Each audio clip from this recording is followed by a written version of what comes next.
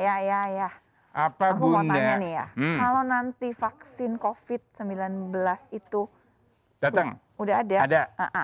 Ayah mau duluan nggak? Mau banget dong Bu. Ini kan ayah nih hari-hari di rumah sakit. Ya walaupun rumah sakit ini protokol kesehatan sangat ketat, tapi kan tetap kita ada risiko untuk tertular dari pasien-pasien yang OTG itu tapi Bu. kan selamanya yang dipikirin tuh kalau ngomongin ini dokter lagi, padahal kan sebetulnya ada perawat, ada tenaga kesehatan yang lain setuju ya, Bu. betul kan Memang ya? ayah nggak akan bisa kerja baik kalau tidak ada dibantu oleh perawat-perawat Sebetulnya itu. malah gini kan ya, kalau misalnya dalam satu operasi aja, mungkin dokternya ada berapa, tapi perawatnya lebih banyak lagi. Yes, setuju. Dan perawat itu juga ketemunya juga harus rutin, hampir setiap saat dia ketemu. Kalau kita kan cuma visite aja perlu, yang penting setelah itu nanti kita sisanya perawat. barangkali ingat ya, ada kita udah kehilangan dokter sekian banyak, kita lupa loh, banyak tenaga kesehatan lainnya juga kemudian ya, udah mengorbankan nyawa loh gara-gara pandemi COVID-19 ini. Setuju banget, Bu. Itu angkat jempol, 4 jempol deh kalau ada Jadi jempol kalau bisa misalkan diangkat.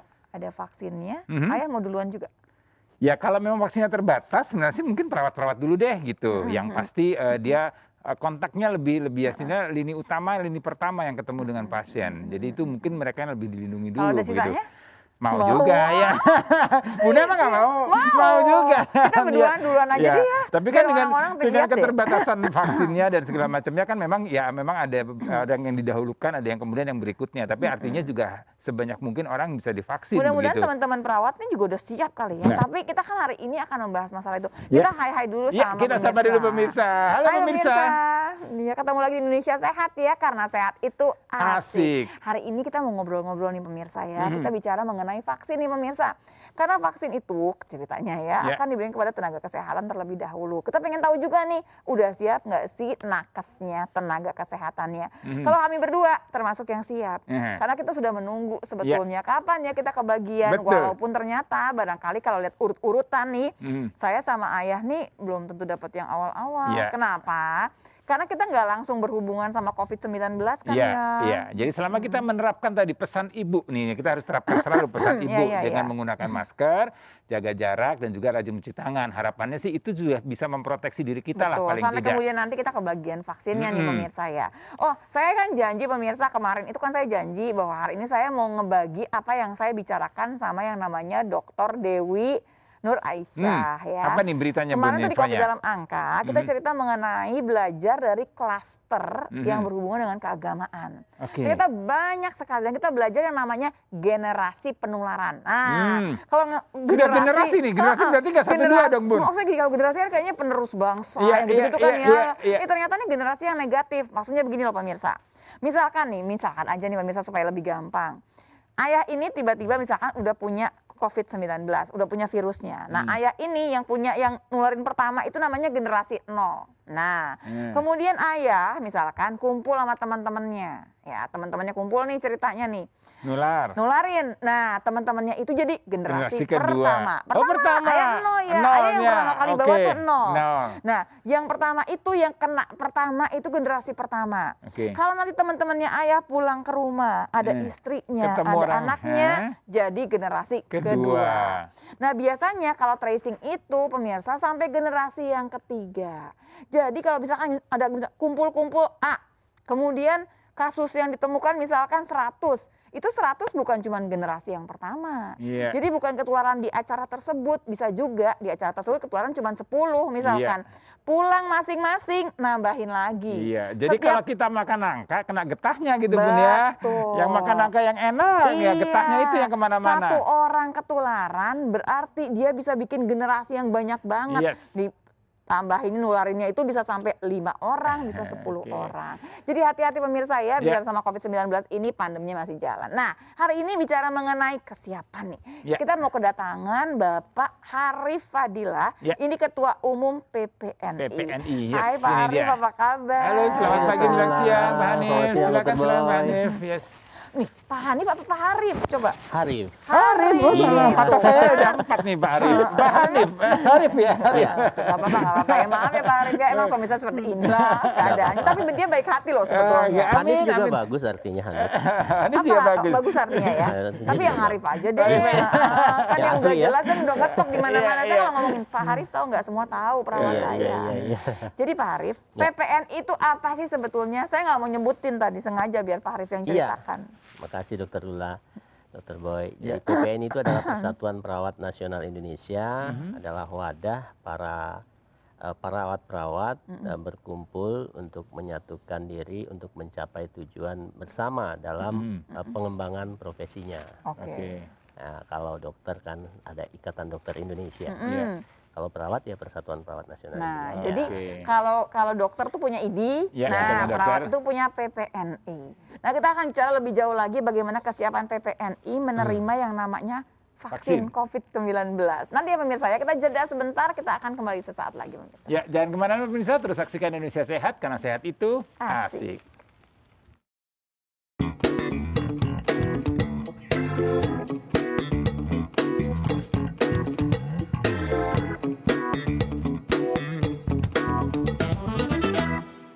Pemirsa, terima kasih Anda masih bersama kami di Indonesia Sehat, karena sehat itu asik. Asik. Jadi kalau Anda mau bertanya nanti di segmen 3 ya pemirsa ya, 5743476, 021 5743478. Kalau Anda perawat barangkali pengen hai-hai sama Pak Arief, boleh gitu. Saya nggak pernah ketemu jangan Pak Arief gitu kan ya.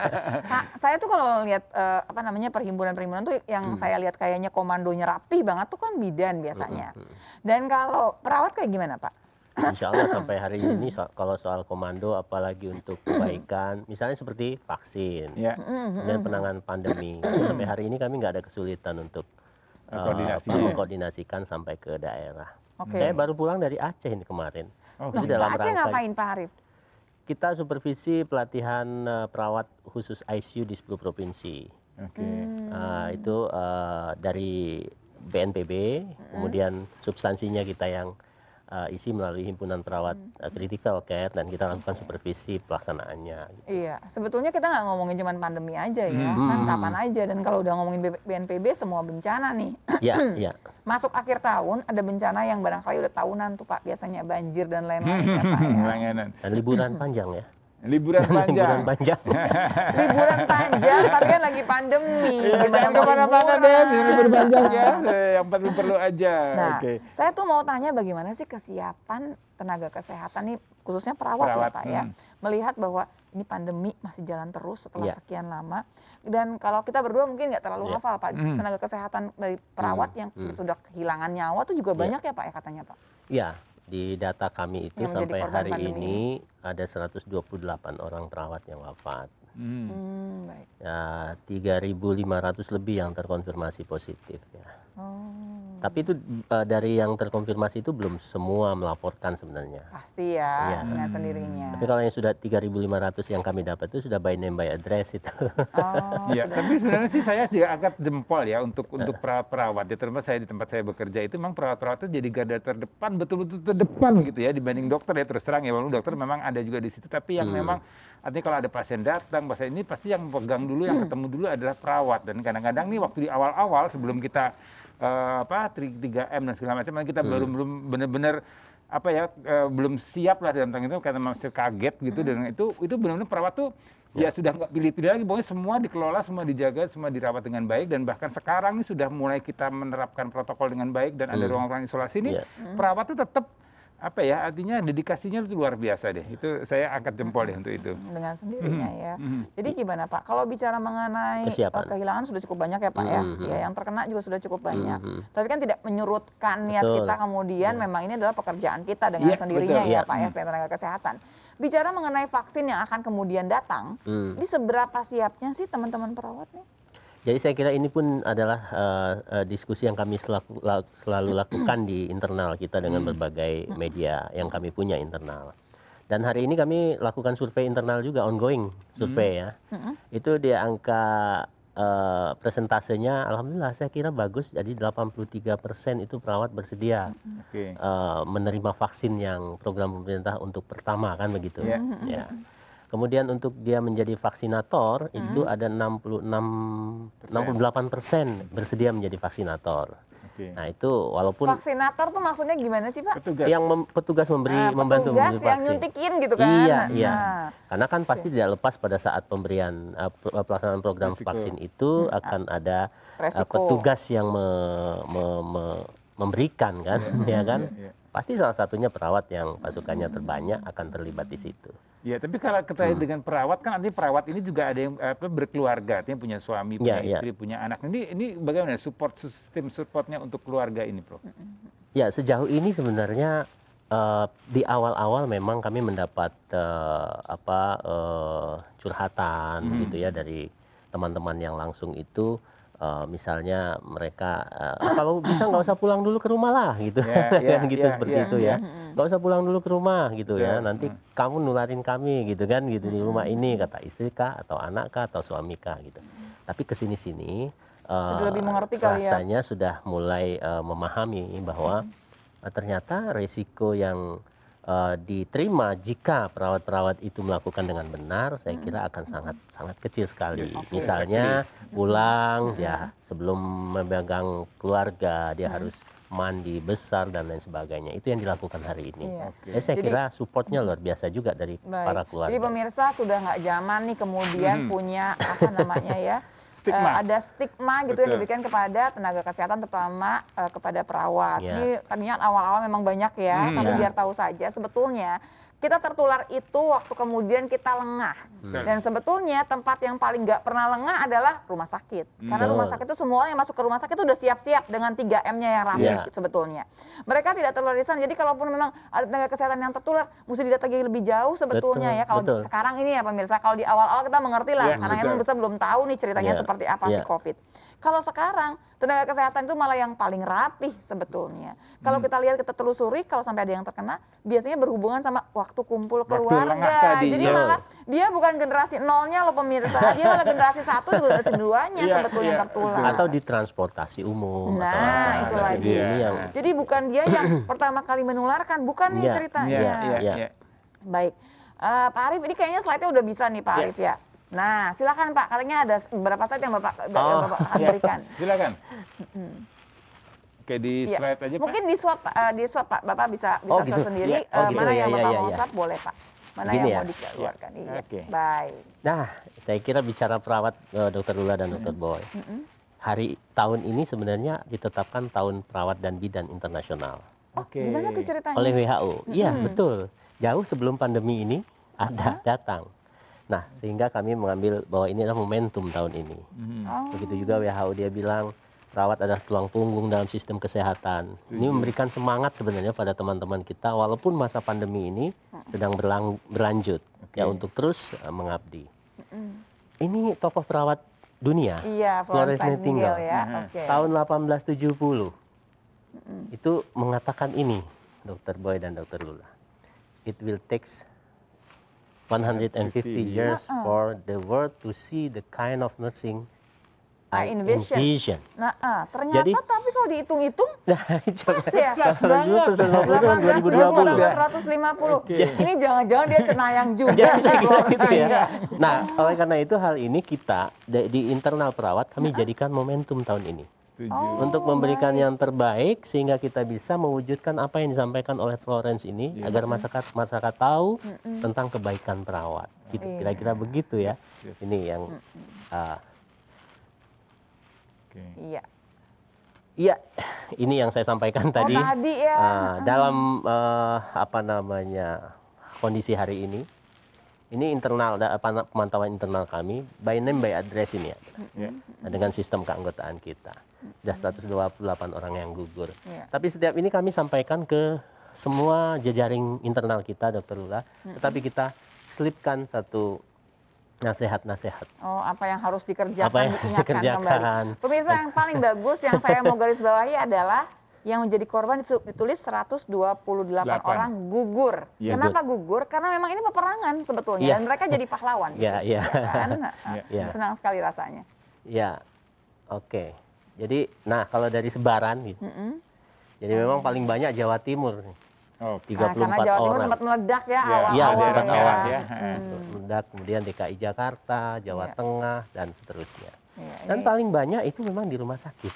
Dari rumah sakit. Tapi dalam kajian lanjut kita, ternyata rumah sakit itu ya saya nggak bisa tampilkan. Yang banyak itu justru bukan teman-teman yang merawat COVID. Nah, yang di nih pemirsa, UGD ya, biar lebih jelas ya. ICU ya. Kan itu kan biasanya kan ICU, isolasi. Itu justru teman-teman yang berasal dari rawat inap yang biasa. Oke. Oh, jadi barangkali tadi karena generasi satunya kali dia. Bukan, karena mungkin longgar ya, karena menganggap bahwa ini bukan COVID gitu ya, jadi agak lengah. Bisa jadi yang seperti Dokter Lula sampaikan tadi, bukan di situ. Penularan bukan dari situ. Bisa di jalan, bisa di rumah, bisa di tempat lain. Karena OTG juga banyak kan pasien yang OTG. Sementara pemeriksaan kita juga tidak hari ini periksa, hari ini ada hasil gitu. Iya. Saya kira itu ininya. Nah, ini survei kami internal ongoing untuk kesiapan kita vaksin. Surveinya dibahas lebih jauh, kita akan break dulu pemirsa ya. Dan pada dasarnya pemirsa, segmen ketiga nanti Anda boleh bertanya. Ya, Anda bisa menanyakan langsung kepada Pak Arief nih ya. Ya, pemirsa bisa telepon kami di 5743476 atau di 021 5743478. Oke, pemirsa jangan kemana-mana, terus saksikan Indonesia Sehat, karena sehat itu asik.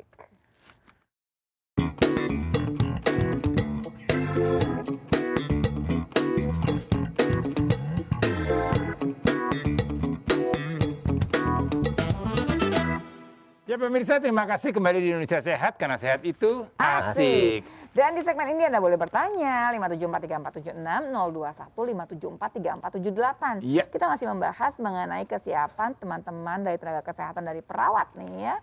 Pokoknya untuk menghadapi COVID-19 plus vaksin, menyongsong vaksin yang cepat-cepatlah hadir gitu ya. Ini ada survei gitu ya, Pak Arief ya. Iya. Nah, Pak Arief ini mau memberikan survei seperti apa sih, Pak Arief? Surveinya nih? Boleh, silakan dijelaskan aja, Pak Arief. Ini survei internal sebenarnya untuk sering ditanya sama baik itu media maupun pihak lain. Jadi perawat itu siap nggak ya? sih kalau diberikan yang pertama kali seperti apa yang disampaikan pemerintah? Kita untuk menjawab itu tentu harus pakai data. Betul. Nah, kita lakukan survei. Ternyata yang mereka bersedia itu di angka 83,40%. Ya, artinya ada harapan bagus lah, lebih dari 50%. Mungkin yang tidak bersedia mungkin belum tahu akan ini menjadi fokus intervensi kita nanti. Untuk mungkin memberikan pemahaman kembali kepada perawat-perawat, menguatkan kembali tentang peran kita pada masyarakat tentu saja. Kalau semua perawat bersedia kan itu dapat memberikan perawat aja mau begitu kan. Perawat aja mau gitu ya. Kemudian juga pada saat pelaksanaannya nanti kan akan memberikan ya kan, seperti pekan imunisasi nasional kita juga terlibat dengan berbagai vaksin. Kita coba tanya juga, bersedia 64,61%. Ya, ini mungkin. Kok lucu sih, Pak? Aneh ya, Pak ya. Jadi malah yang bersedia disuntik itu lebih banyak daripada yang bersedia jadi vaksinatornya gitu ya, memberi suntikan. Kenapa ya, Pak ya? Ya, karena kalau saya lihat dari skema untuk pemberian program vaksin ini kan tidak semua Fasiankes terlibatkan begitu. Ini lebih ke arah bahwa mereka kerja di mananya. Iya, kerja di mananya gitu. Kalau nggak bisa ya kan nggak mungkin juga gitu ya. Betul. Kebanyakan misalnya di puskesmas rata-rata mereka bersedia karena memang kerjaan sehari-hari misalnya seperti itu. Udah kerjaannya kok gitu kan ya. Suntik sana ya. Enggak gitu. Kalau di UGD kan nggak ada vaksinnya. Begitu. Kalau ini dari respondennya rumah sakit memang terbanyak. Karena memang sesuai dengan jumlah perawat itu memang terbanyak di rumah sakit. Banyak di rumah sakit. Gitu. Dan ini memang surveinya itu seluruh Indonesia? Iya, Indonesia seluruh Indonesia. Baik. Tapi baru beberapa hari ini kan kita sampai nanti Desember kita mungkin akan mencapai jumlah yang cukup banyak dari jumlah respondennya gitu. Kita ongoing terus prosesnya. Ya. Nah, ini penting juga nih, Dr. Boy, Dr. Lula. Jadi dalam piagam World Patient Safety, ya kan, di tanggal 17 September lalu, declare-nya begini. Health worker safety a priority for patient safety. Jadi saya kira selain kita menjaga keselamatan pasien, keselamatan diri sendiri si tenaga kesehatan ini harus juga menjadi perhatian penting. Karena apa? Tidak mungkin ada patient safety kalau health worker safety-nya tidak dijaga. Jadi kalau nakasnya ini nggak aman, nggak bisa kemudian mengamankan pasiennya juga, nggak bisa ceritanya. Nah, itulah salah satu barangkali kita vaksin ini menjadi sebuah harapan penting yang penting untuk kita bisa bisa menyelamatkan pasien juga. Iya. Karena nggak mungkin tenaga kesehatan itu tertular bahkan menjadi sumber penularan, gitu. Iya. Jadi nggak akan ada keselamatan pasien. Ini saya kira inti dari yang ini juga barangkali yang sempat kejadian gini loh, Pak Arief, sempat ada satu orang yang katanya sih COVID, dia udah masuk ke rumah sakit kalau nggak salah. Ya. Nah waktu itu tuh belum ada masker, belum ada apa, sempat ya waktu di awal-awal. Tapi waktu itu kan tidak ada yang bisa membantu sebetulnya, malah bubar semua orang. Tapi akhirnya ada satu perawat yang membantu, tapi dalam keadaan nggak pakai apa-apa. Dan itu sebenarnya salah ya malah sebetulnya ya. Iya, berbahaya juga bukan hanya buat diri perawat itu, tapi saat dia melayani yang lain. Jadi menularkan ya. Pak Arief duduk dulu, karena ada telepon bunyi. Panjang masalahnya Pak Arief. Selamat pagi menjelang siang Indonesia Sehat, dengan siapa di mana? Oh sayang terputus. Dia mati. Dicoba lagi ya Bapak Ibu ya, pasti ini udah gemes pengen nanya ke Pak Arief kayaknya ya. Nanti dicoba lagi, kita akan jawab pertanyaan Bapak Ibu sekalian. Jadi waktu kejadian yang tadi saya sebutkan tadi, itu sebetulnya memang sudah harusnya malah perawat yang bantu, dia harus pakai pengamannya dulu, APD-nya dulu, baru dia bantu ya. Karena ceritanya malah kalau kayak seperti itu, resikonya malah lebih banyak sebetulnya. Jadi safety itu dimulai daripada tenaga kesehatannya terlebih dahulu. Oke, baik ya. Terus ada beberapa pertanyaan di sini sebetulnya yang ingin saya tanyakan. Dan ini memang sebetulnya sudah ditanyakan banyak orang. Jadi titipan nih sebetulnya sih ya.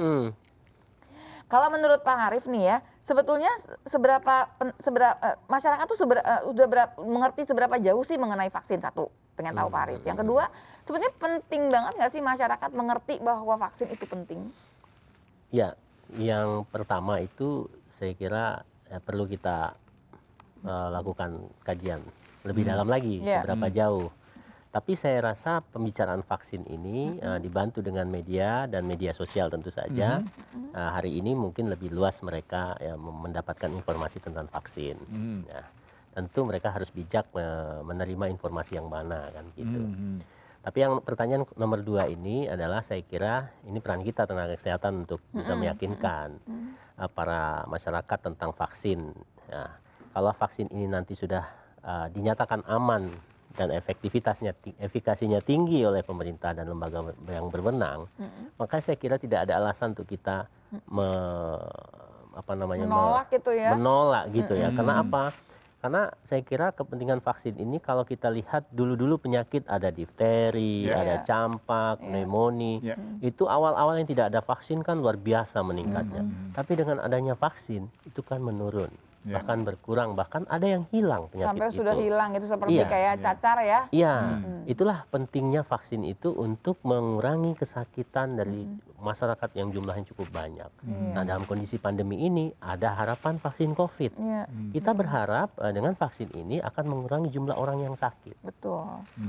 Begitu juga kalau dengan vaksin ini juga bisa membantu pada orang yang belum kena ya kan dan belum mendapat vaksin, dia bisa ikut di dalam lingkungan yang positif terhadap kekebalan ini gitu. Nah ini kalau menurut pengalaman Pak Arief sendiri, ini kan kalau vaksinasi ini kan ada beberapa faktor, ada orang yang divaksinnya, ada petugas vaksinnya, kemudian ada fasilitas vaksin itu sendiri. Apakah ada masalah-masalah internal yang dihadapi di sisi perawatan, artinya memberikan vaksin mungkin kesulitan hal-hal yang menjadi tantangan geografis maksudnya gitu. Macam-macam sih, artinya kadang-kadang mungkin pasiennya yang nggak mau, terus perawatan juga mungkin nggak bisa menjelaskan dengan baik, kemudian sehingga ending atau pemberian vaksin itu tidak berhasil diberikan gitu.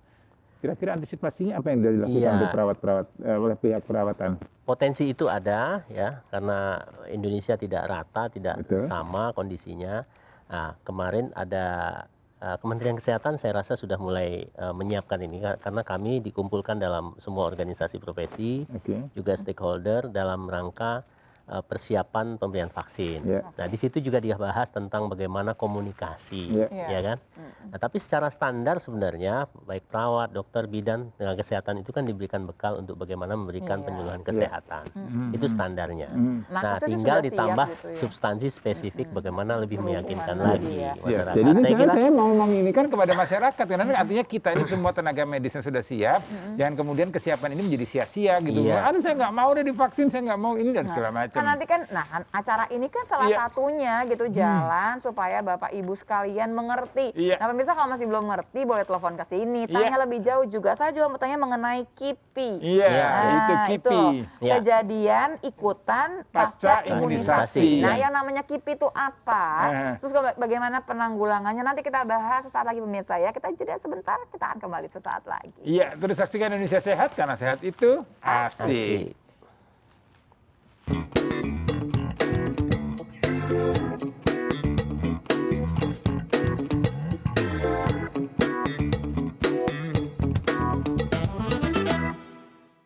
Ya pemirsa, terima kasih kembali di Indonesia Sehat karena sehat itu asik. Jangan lupa yang tadi terputus barangkali mau telepon lagi boleh ya pemirsa ya. 5743476 021 5743478. Nggak tahu kenapa susah banget ya teleponnya ya sampai mati begitu ya. Kita masih barengan sama Pak Arief loh. Pak Arief ini adalah komandannya seluruh perawat Indonesia. Itu ada berapa sih tadi jumlah perawat itu? Pak Arief? Lebih dari 1 juta perawat di Indonesia. Lebih dari 1 juta. Ya, kita kan lagi buat sistem keanggotaan baru. Nah, itu setiap hari update itu di angka sekarang 628.330 orang yang masuk dalam sistem. Jadi dia lebih banyak daripada bidan, lebih banyak daripada dokter pastinya ya. Asik ya. Dan perawat ini maksudnya gini nggak sih? Kan ada yang penata anestesi itu lain lagi ya? Lain lagi. Berarti kan nanti ada sub-subnya lagi begitu ya? Nah, bukan, itu nggak masuk di perawat. Nggak masuk di perawat. Tapi perawat itu ada misalnya perawat maternity, perawat medical bedah, perawat anak, perawat jiwa gitu ya. Nah itu ada di cabang-cabang. Di bagian-bagiannya. Tapi kalau udah penata anestesi, penata ronsen gitu radiologi, itu bukan perawat lagi ceritanya. Jadi kalau ngomongin tenaga kesehatan itu pemirsa banyak banget. Nggak cuman dokter, nggak cuman bidan, nggak perawat, banyak lagi yang lain yang berhubungan. Nah kemudian tadi ada yang namanya KIPI. Kejadian ikutan pasca imunisasi. Sebenarnya itu apaan sih Pak? Ya, yang saya tahu KIPI itu kan sebuah satu kondisi di mana merupakan dampak dari seseorang diberikan imunisasi, dampak fisik yang terjadi pada perubahan pada fisiknya. Itu bisa ringan. Pada umumnya sih yang selama ini kita dapatkan sedikit sekali itu adanya KIPI itu. Jadi kita kalau ngomong tuh efek samping gitu lah ya. Kan sebenarnya ada efek sampingnya nggak sih gitu ya. Nah tapi nama kerennya tuh KIPI tuh pemirsa. Efek samping ya betul. Nah yang biasanya tuh ringan dan sedikit sekali. Nah yang ringan sedikit tuh bentuknya kayak gimana? Ya seperti ada panas, demam, ada merah-merah, ada juga gatal-gatal. Oke. Ya jadi sebenarnya kalau itu diinformasikan dari awal kepada pasien sih mestinya pasien sudah siap ya. Jadi Bu nanti habis suntik ini terasa pegel ya Bu ya. Bu habis ini agak sedikit ini meriang agak itu oke. Jadi artinya orang siap ya. Ingat ya? Ayah pernah vaksinasi ke aku juga yang bengkak juga. Iya. Masalahnya bukan gimana-gimana ya memang dasarnya aja gitu loh. Tapi kan bengkaknya juga cuma sebentar. Jadi ini bukan suatu alasan untuk kemudian menolak vaksin gitu ya. Hanya karena kan guna vaksinnya itu jauh lebih besar daripada yang cuma gatal-gatal atau tempat suntikannya sakit misalkan. Saya kira gitu. Dan memang dari berbagai vaksinasi yang kita temukan itu memang kejadian sangat kecil untuk KIPI ini dibanding manfaatnya. Itu yang paling penting ya. Dan memang tidak semua bisa disamakan orang sehingga takut KIPI atau efek samping karena setiap individu kan sangat berbeda. Gitu. Tapi vaksin ini sudah dibuat diteliti dengan rata-rata orang dengan karakteristik. Nah saya kira jangan takut lah divaksin. Walaupun mitosnya agak lumayan banyak ya, Pak Arief ya, yang bilang autis lah, yang bilang macam-macam nih gitu kan ya. Jadi saya kira gini lah, karena ini program negara, apalagi mau diberikan pertama kepada tenaga kesehatan, TNI Polri, tenaga pendidik, petugas aparatur pelayanan publik, ini kan tenaga yang luar biasa melayani masyarakat. Kalau pemerintah tidak punya niat baik, maka akan lemah negara ini kalau diberikan nggak mungkin. Saya kira bunuh diri kalau gitu namanya ya. Gitu ya. Elemen penting di kita akan dulu penelpon. Halo, selamat pagi menjelang siang Indonesia Sehat dengan siapa di mana? Sayang terputus. Kenapa sih ya? Ini ada permasalahan di line telepon kita, jangan-jangan. Tapi saya mengingat mengenai vaksinasi ini dulu waktu zaman saya di Puskesmas itu tahun ya sudah cukup lama sih, waktu itu di Kepulauan Riau. Jadi itu waktu PIN ya, itu memang itu luar biasa, masyarakat, perawat, tokoh masyarakat ya, kemudian semua aparatur pemerintahan di sana itu bahu membahu, dan memang itu dalam 1 hari itu selesai semua gitu. Ya. Seru banget itu, seru banget. Dan ini saya harapkan sih nanti kalau vaksin COVID-19 ini juga kalau semua kesiapannya sudah baik begitu ya, begitu dilaksanakan saya rasa akan bisa terlaksana dengan baik dan juga. Dan nanti anak-anaknya udah agak besar gitu, terus dia ingat, kan dokter yang dulu kan dokter kan dulu yang ngasih vaksin saya, dulu kan yang nyuntik saya gitu. Dulu yang ini. Iya, semua pada ingat, apalagi barangkali ini tahun 2020 ini kan kita sebetulnya semua juga kepengennya sih udah pengen buru-buru hidup normal, yang bukan new ya, yang normal beneran gitu loh. Tapi kan apapun yang terjadi kan nggak bisa ya, Pak Arief, apapun yang terjadi kita masih mesti mengerjakan pekerjaan kita seperti biasanya dengan cara yang berbeda. Betul, betul. Yang sekarang kita pakai gini semua nih, sekarang saya nggak kelihatan mukanya, Dok ya nggak kelihatan mukanya gitu ya. Apapun yang terjadi ini yang kita harus jalani, karena ini adalah kejadian di seluruh dunia. Inilah adaptasi ya. Betul. Nah sekarang pertanyaannya begini kan, sampai kita kebal, sampai vaksinnya disuntikan kepada kita, itu kan masih ada waktu yang cukup panjang kan gitu. Kan kita belum tentu dapatnya Desember, belum tentu barangkali Februari. Nah dari sekarang sampai kita kebal, sampai kita barangkali udah bisa buka masker itu, apa yang kita harus kerjakan? Terus kira-kira kapan sih Pak kita bisa gantung masker gitu? Bunda mau pesta pora Ustaz? Enggak pesta pora. Jadi kata Prof. Wiku, juru bicara BNPB itu, jangan kau tanyakan kapan pandemi ini selesai, kan begitu. Tapi tanyakanlah apa yang kau perbuat gitu untuk menghadapi ini, kan begitu ya.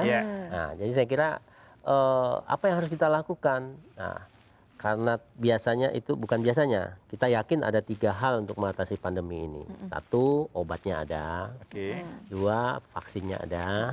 3, kan kita harus berubah perilakunya. Nah, yang ketiga inilah yang menurut saya sampai ke vaksin kita temukan, kita tetap harus disiplin, harus mawas diri, menjaga kesehatan diri sendiri dan lingkungan dengan protokol kesehatan kalau di masyarakat. Bagi petugas kesehatan juga sama. Jadi dia ada protap yang namanya PPI di tempat di Fasiankes, pengendalian dan pencegahan infeksi di Fasiankes, dan itu memang harus diterapkan. Ada hikmahnya Dr. Lula dan Dr. Boy, pandemi ini. Kalau dulu sebelum pandemi ini kan yang pakai masker tuh kadang-kadang hanya di ICU, di kamar bedah ya kan, di UGD hanya beberapa. Tapi sekarang petugas kesehatan luar biasa, mereka mendisiplinkan dirinya. Cuci tangan dulu juga susah, kita ubrak-ubrakan. Tiap pintu ditulis ini tapi cuma lewat aja. Tapi sekarang operasi baru tuh betul-betul. Tapi sekarang implementasinya lebih banyak dibanding dengan himbauannya kan gitu kan.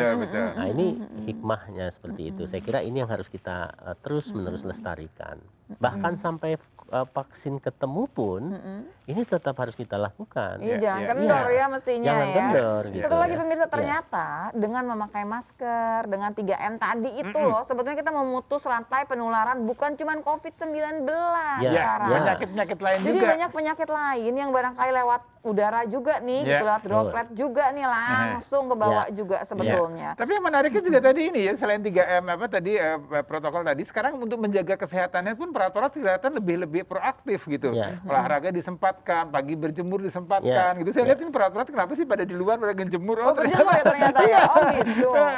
Jadi sekarang lebih lebih aware sama pola hidup sehat begitu sebetulnya. Dan juga sekarang banyak juga teman-teman itu yang misalnya ada TikTok dan lain-lain sebagainya itu kan jangan artikan sebagai sebuah celaan gitu. Tapi mereka itu mencoba untuk menghibur diri, memberikan suasana sense of humoris supaya tetap terjaga daya tahannya. Betul. Gitu. Dan iya benar pemirsa, jangan kemudian dikit-dikit dikasih negatif terus pemirsa, karena sebetulnya ya teman-teman kita tenaga kesehatan perawat ini dia tuh yang paling depan di ujung sana. Betul. Dia yang ngadepin permasalahan, kalau perang tuh dia udah yang paling di depan di sana ya. Naik kudanya di ujung sana. Tapi TikTok, jadi ayah waktu operasi pakai hazmat, jadi APD level 3, memang nggak enak banget ya, bukan nggak enak, maksudnya nggak biasa, nyaman gitu. Terus akhirnya ya joget-joget juga, nanti lihat ya videonya Ben ya. Oh gitu, supaya menenangkan diri, supaya daya tahan tubuhnya tetap tinggi ya. Yang paling penting adalah supaya nggak tertular sama COVID-19 dan penyakit lain tentunya ya. Pak Arief, terima kasih banyak. Salam dong untuk semua perawat di sana. Bilangnya tetap semangat. Kita terima kasih banyak dengan semua pengorbanannya para perawat. Dan juga tetap jaga stamina, juga kesehatannya untuk para perawat semua supaya tetap bisa melayani dengan baik. Gitu. Saya kira juga. Semangat terus ya Pak Arief ya. Terima kasih Dr. Lula, Dr. Boy. Pada masyarakat saya kira juga penting sekali bahwa tetap patuhi protokol kesehatan. Betul. Ya, untuk membantu kami juga menjalankan tugas kesehatan. Supaya nggak terlalu banyak yang kasusnya ya, coba ya. Amin. Ya. Baik, kita akan jeda lagi pemirsa ya. Terima kasih banyak buat Pak Arief. Nanti kita akan ganti dengan dokter gizi katanya, yang nanti barangkali akan cerita lebih banyak supaya daya tahan tubuh tetap terjaga. Udah vaksinnya di depan mata, tapi jangan sampai nih vaksinnya belum sampai kitanya tertular COVID-19. Oke, pemirsa jangan kemana-mana, jangan pindahkan channel Anda, terus saksikan Indonesia Sehat, karena sehat itu asik.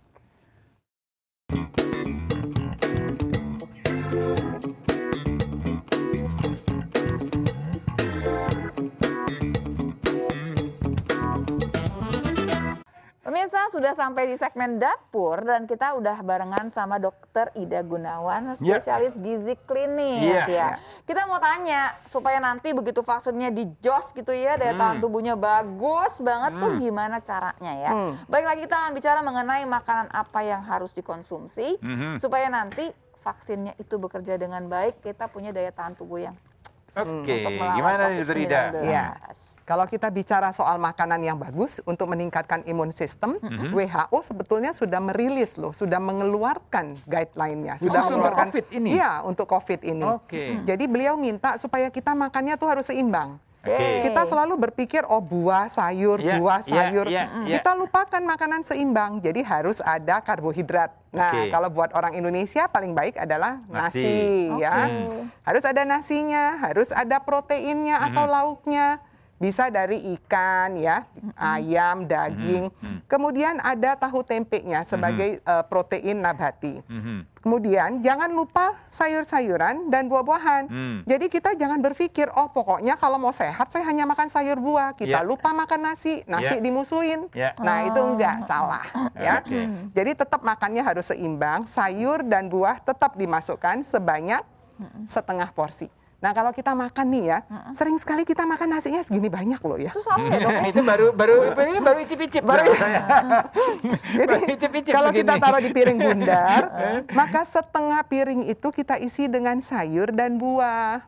Ya, nasinya 1/4 piring dan lauknya 1/4 piring. Jadi kalau 1/4 piring itu seberapanya gini nih? Nah, itu biasanya kita hanya kasih kira-kira 3/4 ya.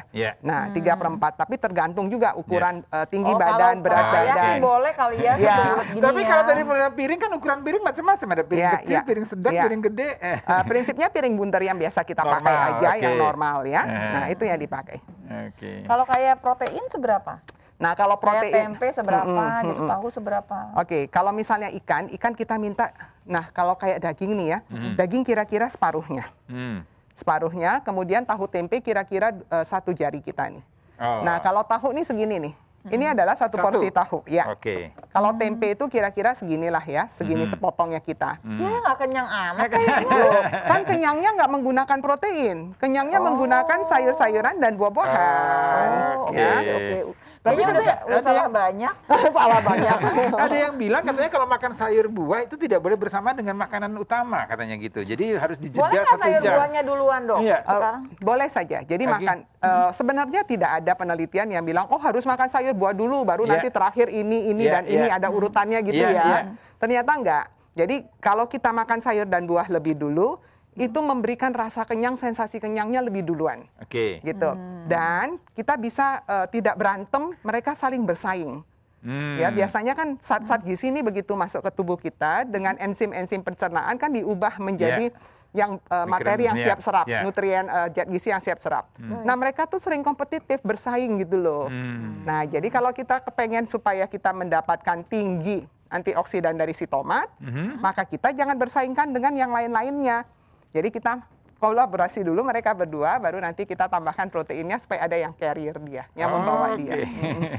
Salah repot juga ya kalau makan mikir ya. Makanya nggak usah makan seimbang aja seperti biasa. Jadi gini pemirsa, kita tuh di rumah tuh ada cara yang berbeda begini. Kalau saya itu yang enak saya makan duluan. Kalau si Ayah, yang enak itu dimakan belakangan. Terakhir buat gong, ya buat gongnya. Kan aneh, keburu kenyang dong sebetulnya. Sebetulnya kalau itu juga nggak ada teorinya ya dok? Nggak ada. Itu mah lebih ke arah kita maunya yang kebiasaan gimana? kita aja sih sebenarnya. Jadi kalau bikin berantem loh dok, begitu aja dok. Karena kita pikir dia udah nggak makan, udah dimakan yang enak dicomot ya sama yang lain. Ternyata dia teriak, itu udah dipegangin supaya di ujungnya. Dokter, ini saya tertarik tadi dengan pernyataan WHO di era COVID ini kan memang ada pola makan yang disarankan. Nah kalau orang lagi program diet, ini apakah ditunda dulu program dietnya atau tetap boleh berjalan? Gimana nih dok? Kita sering sekali mendengar orang awam bilang kalau diet artinya pengurangan makan. Bukan, salah, bener. Okay. Diet itu artinya pengaturan makan. Jadi nanti makan jumlah kalorinya dihitung, tapi kita aturkan tetap komposisinya harus ada karbohidrat, protein, lemak, sayur, buah, minyak pun harus ada. Jadi program dietnya tetap bisa dijalankan. Tetap bisa dijalankan, tapi komposisi jenis makanannya diatur dan jadwal makannya diatur. Iya. Komposisinya diatur supaya kalorinya nggak terlalu tinggi. Betul. Tapi tetap harus kenyang kan dok? Harus dong, kalau nggak ini nyomot. Nah, pemirsa barangkali kalau Anda lagi program diet yang salah, yang bikin kemudian Anda kesel marah-marah terus karena memang lapar, berarti Anda ambil program yang salah sebetulnya. Apalagi kalau anak-anak masih kecil nggak boleh lapar sama sekali ya. Nggak boleh. Ya. Berarti kalau misalkan dia harus kenyang, kenyangnya pakai yang kalorinya tidak terlalu tinggi. Betul. Berarti sayur buah dong larinya betul, ya. Betul sekali. Nah tadi juga kita dikatakan sama dokter nggak perlu ini kok, nggak perlu apa? Nggak perlu mesti mana duluan. Pokoknya kita gimana caranya. Berarti kalau kita makan itu ada waktunya dong dok, nggak boleh terlalu cepat. Ya, jadi kita kalau makan itu, makanya kalau ngatur diet itu harus 3 Jakarta. 3J. J pertama adalah jumlahnya, yang dimakan berapa banyak. Kemudian J kedua adalah jenis makanan, yang dimakan apa aja. Ada karbohidrat, protein, ya. Dan J ketiga adalah jadwal makan. Jadi makan nggak boleh baru makan, ntar temennya nawarin, ini ada kacang, ada kerupuk, dia makan lagi ya. Nah itu ada jadwal, biasa jadwal makan kira-kira 2,5 jam sampai 3 jam. Jadi kita mulai dari sarapan pagi jam 7. Nanti jam 10 kita mulai snacking. Kemudian nanti jam 12, jam 1 kita makan siang. Jam 3 kita ada snack sore, jam 4, kemudian jam 7 malam kita dinner, makan malam. Nah setelah jam 7 kita berhenti makan nggak? Kalau misalnya kita tidurnya jam 9, jam 10, ya pasti kita sudah selesai makan. Jam 7 kan selesai makan kira-kira 7:30. Nah pasti udah kenyang dong. Tapi kalau banyak yang ABG yang begadang kan ya. Betul. Nah, kalau yang begadang di rumah terus. Maka dia masih boleh dapat ekstra snack kira-kira di jam 9 malam. Terus kalau di skip gimana, Dok? Boleh aja selama dia nggak ngeluh lapar. Bukan jam 9-nya. Maksudnya gini dok, yang paginya. Yang 7 ke 10. Nah 10-nya nggak dia di skip, gitu. masuk ke jam 12. Kemudian dia rapel kan ya, yang jam 10. Sebaiknya tidak dilakukan itu. Kenapa? Karena pada waktu dia skip, dia akan double tuh. Biasa rasa laparnya jadi sekalian, makannya menjadi lebih banyak. Jadi nggak bagus tuh nggak sarapan, nggak bagus nggak makan siang. Sebetulnya adalah diatur apa nih yang akan dimakan sebetulnya ya. Dan jangan kelaparan. Ya, jadi jangan kalau gitu artinya kalau kan ada istilah orang berhentilah sebelum kenyang. Tapi makanlah jadi sebelum lapar banget gitu ya. Nah, iya betul. Jadi jangan sampai udah kenyang sampai bunyi gitu jadi baru sebelum kenyang, makanlah sebelum lapar banget supaya makannya nggak rakus kali ya. Terus ya, yang enak dimakan duluan ya. Daripada nanti dicomot terus marah-marah. Habis sama bunda. Nah, itu masalahnya ya. Pemirsa, hari ini kita belajar banyak ya, terutama kita mengenal lebih jauh mengenai teman-teman tenaga kesehatan dari perawat yang memang jumlahnya paling banyak loh, 1 juta lebih loh tadi ya. Tadi Pak Harif juga cerita banyak kepada kita gimana kemudian perawat sama-sama nih, mereka satu kata loh ya. Begitu vaksin datang, mereka yang akan duluan karena mereka di ujung tombak sana, mereka yang akan duluan kok untuk menerima vaksin tersebut dan mereka juga siap jadi vaksinator. Ya. Jadi artinya untuk memberantas COVID-19 ini memang harus semuanya bekerja sama, semuanya saling bahu-membahu. Jadi tidak hanya masyarakat tapi juga pemerintah, kemudian kita tenaga medis ya, semuanya masyarakat yang terlibat di sini, artinya supaya program ini atau COVID ini segera berakhir. Betul. Dan dengan Dokter Ida kita bercerita mengenai nanti untuk vaksin nanti ada gizi yang harus seimbang nih supaya nanti vaksinnya bekerja dengan baik, efektivitasnya semaksimal mungkin, seoptimal mungkin. Iya. Oke, terima kasih banyak Dokter Ida. Informasinya jadi nanti kalau makan, makan dulu yang enak. Yang enak dulu ya. Pemirsa terima kasih banyak selalu saksikan Indonesia Sehat. Jangan lupa pemirsa ingat pesan ibu ya. Itu juga harus diingat terus oleh pemirsa. Selalu menggunakan masker, jaga jarak ya, jangan berkerumun-kerumun dan juga selalu rajin mencuci tangan. Selalu saksikan Indonesia Sehat setiap hari Senin sampai Jumat ya, dari jam 11 sampai jam 12 waktu Indonesia bagian barat. Ya, Indonesia Sehat, sehat itu asik. Salam.